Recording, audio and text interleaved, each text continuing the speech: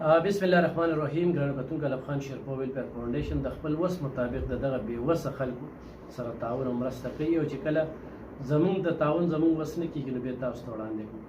دغه یوه تورسرې یوه زنانه د پېښور نه راغلې ده او د خپل کور سهاره ده، یتیمه ده، او دلته کې چې ورسره کله ما خبرې اترې وکړې نو غربت را په مخه کړې ما ستا دا ځای راته چا وښودو او دې ځای ته رالم.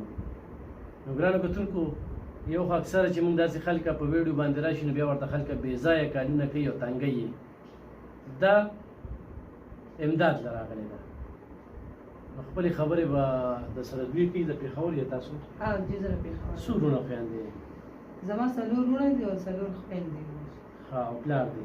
پلار مې وفات شوي دي، ماشومان وروڼه خویندې راته پاتې شوي واړه واړه. او جی نو وروڼه دې کار نه کوي؟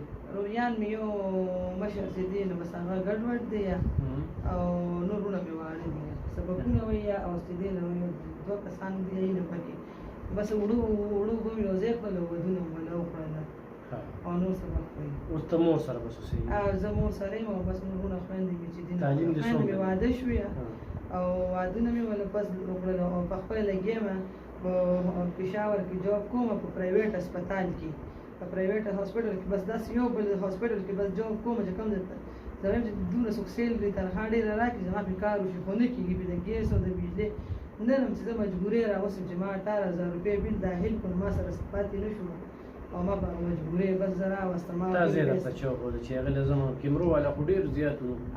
په هغې مې څه دغه نشته دی که نه، یقینا مې اعتبار چا راته اوس ووایي چې هغې له مزه او ده له لاړ شي دغه نمبر چا راکړی وو. جي نو تعلیم ستا څومره دی؟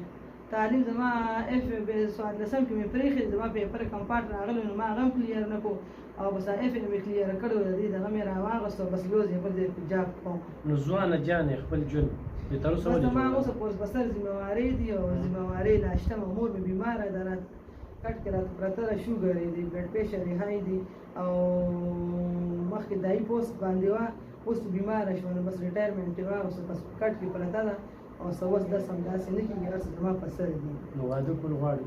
نو بس واده به کوم خو چې داسې هېڅ زما خرچه کې خیال هم ساتي او یتیمانان وروڼه خویندې مې د کور زما مور ده، ما ته دوایي او دلته مجبوري ده دوایان هر څه ولا زه په خپل سر کوم چې به زه تنخوا واخلم نو بس زه لاړه شم، زه هره میاشت هغه داسې هغه ډاکټر وایي کله 6,000 راکړه، کله 15,000 راکړه، کله 8,000 راکړه، صرف د ټیسټونو ولا ما 15,000 روپۍ ورکړلې. اکثره داسې مسافر دي چې هغه د واده طلب کوي نو هغوی زه ځان سره بهر ملته وځم. تیار یې؟ زموږ څو خیال ساتي او زموږ څو خرچه یا زما د مور یا زموږ خرچه څه په سوچتۍ بالکل ورسره ولې نه، خو چې زموږ خرچه څه کوچدی تیار ولې نه تیار یو خامخا واده ته تیار یو. خو چې داسې نه چې لکه دوکماري او دوکې کوي او دا هغې سره زموږ سره. ګرانو کتونکو، څنګه چې ما ذکر کړی چې چا سره موبایل نمبر یې زه ډېر خوشحالېږم، خو دا مجبوری دی کیمرې ته یو خانداني زنانه دا ځان سره خپل ټول ډاکومنټ چې کوم دی دا روړي دی کور ها، دا ځان سره ډاکومنټس روړي دي چې چېرته راته جاب هم میلو شي، زه جاب هم کومه، زه چاته لاس نه نیسم، خو مجبوری نه چې کوم دی نو بیا د کیمرې ته کېناستله نو بې ځایه ورته کالونه مه کوئ. په دغه نمبر باندې ایزي پیسه هم ده، د ستاسو 10 روپۍ چې کوم دي د دې ژوند بدلولی شي. څو پورې چې دې د واده خبره وکړله د دې انتخاب دی چې چا سره واده کوي، خو دې ته تیاره ده چې بهر ځم.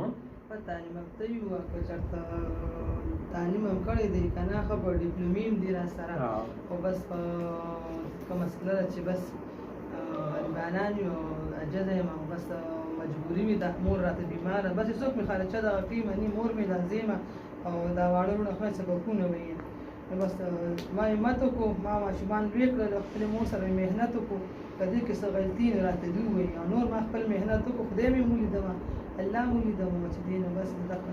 ګرانو کتونکو، په دومره وخت کې خو دې دا جاب وکړو په مختلف پرایوټ هسپتالونو کې ریچوي کړې ده، نو په هغې کې د خپلو خویندو چې کوم دی نو هغې واده کړې، د هغې وسیله جوړه شوله، وروڼو له یې ودونه وکړل، د هغه هم چې کوم دی نو د خور چې کوم دی نو هر څه کړل، مور بیماره ده په هغې باندې دا کوي او یو مشر ورور یې پوډري دی، انشاءالله د هغې به علاج شي. په دې باندې زموږ کوم نمبر یي خو زموږ په لاس باندې ورکول غواړئ نو داسې به ورته شمېر ورکوو، بیا ډېره مننه، خوشحاله اوسئ. دا سره شیر کړئ، مننه، بې ځایه تنګ